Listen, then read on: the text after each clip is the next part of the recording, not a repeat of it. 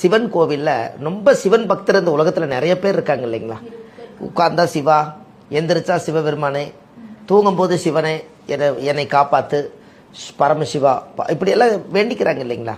அப்போ நம்ம எல்லாமே ஒரு சிவன் பக்தர்களாக இந்த காலத்தில் வந்ததுக்கு இந்த காரணமே என்னன்னு கேட்டிங்கன்னா, அந்த சிவனை கும்பிடுவாங்க. ஆனால் அந்த சிவனை வந்து கோவிலே ஆதி காலத்தில் இல்லாத காலத்தில் அந்த சிவனை வந்து என்ன பண்ணுவாங்க அப்படின்னு கேட்டிங்கன்னா, நம்ம சிவனை கும்பிடணுங்கன்னா முடியாது அவங்களால. பிரதோஷமெல்லாம் வருது இல்லைங்களா? இந்த பிறருடைய தோஷத்தை நீக்கிறது தான் பிரதோஷம். இப்போ நம்ம தாத்தா முப்பாட்டன் கொள்ளுப்பாட்டன் ஏதாவது ஒரு பாவங்கள் பண்ணியிருந்தா அந்த தோஷம் தானே பிறருடைய தோஷம், நம்ம தோஷம் இல்லையே, நாம் செய்த தோஷம் இது இல்லையல்ல.